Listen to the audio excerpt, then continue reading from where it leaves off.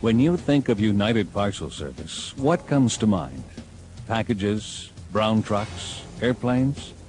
While these elements are critical components in the operation of UPS, it is the underlying information system technology that really drives the company's success, both in the United States and abroad.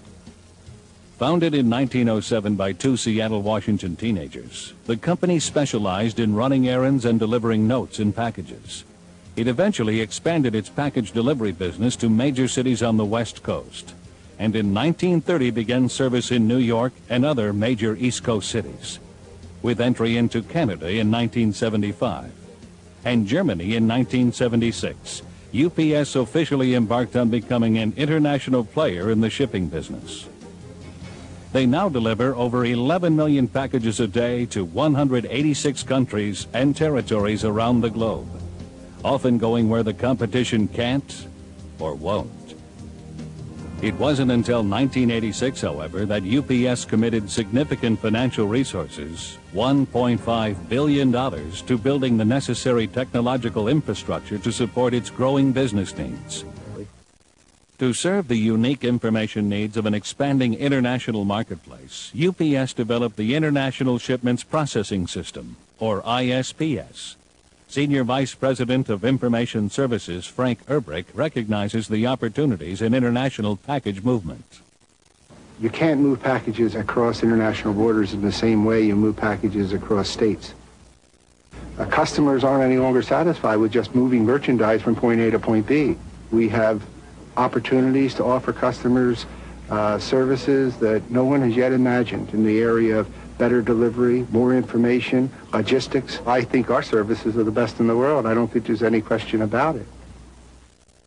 The system transmits data about each day's shipments, hours, or even days before the packages arrive at customs. The customs office can take the information and process the necessary paperwork so that when the actual parcels arrive, they can quickly pass through. In most locations, when the package is delivered, the driver uses a special electronic data collector called a Delivery Information Acquisition Device, or DIAD, to note delivery information and capture recipient signatures. The information collected by the device is transmitted back to UPS through a special adapter. Currently, DIAD is available in the United States, Canada, and Germany. The trick to meeting the needs of our customers' transportation requirements today is to provide information. What we need to do is be able to capture information at the pickup and delivery point and provide that information in a manner the customer requests. Capturing that information by the driver is absolutely vital to that.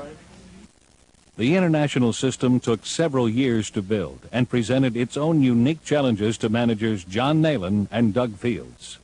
Well, as you know, we are in the international market quite heavily now, and it's one of our key areas of concern. Some of the areas that we address are the cultural differences that usually are evident, such as the date or the time, currency, measurements. However, there's a number of other items that have to be considered, such as icons that are used. Could be offensive in certain countries versus other countries. Also, technical areas such as hardware constraints or keyboard mapping and so on. So there's a number of items that have to be considered external to the actual application itself. Developing systems for UPS is unique in one way: volume.